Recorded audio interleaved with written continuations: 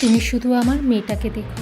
বর্তমানে ভারতের সিনেমা জগৎ এক বিপুল উত্তেজনার মধ্যে রয়েছে। বিশেষ করে টলিউড ফিল্ম ইন্ডাস্ট্রিতে শোবিজ অঙ্গনে যৌন হয়রানি, নারী হেনস্থার ঘটনায় সম্প্রতি কলকাতার পরিচালক সমিতি টলিউডের নামকরা পরিচালক অরিন্দম শীলকে শ্লীলতাহানির অভিযোগে বরখাস্ত এবং তার বিরুদ্ধে থানায় জিডিও করেছেন। এবার এই তালিকায় নতুন নাম উঠেছে অভিনেতা জয়জিৎ ব্যানার্জির।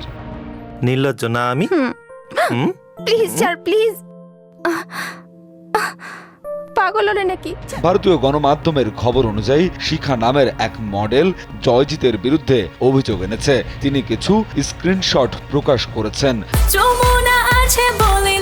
যমুনা রেফ্রিজারেটর, খাবার ফ্রেশ তো লাইফ জম্পেশ।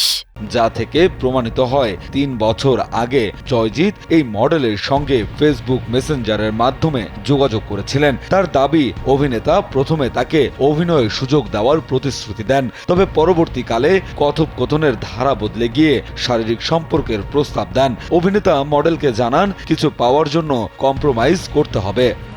কোনো সময় মেয়েটার লাশও থাকে।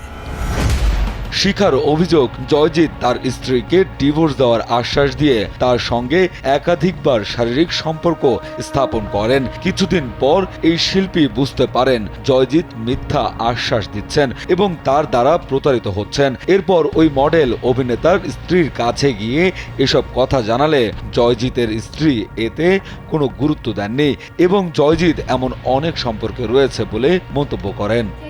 আমার মেয়ে যেন অনেক বড় সেলিব্রিটি হতে পারে। আমার জন্য মানে এই মডেল কেন এতদিন অভিযোগ করেননি সে প্রশ্নের উত্তরে তিনি জানান, সমাজের এই ধরনের ঘটনায় মেয়েদের দোষারোপ করে এবং তাদের কালিমালিপ্ত করে তোলে, যা তাকে প্রতিবাদ করতে বাধা দিয়েছে।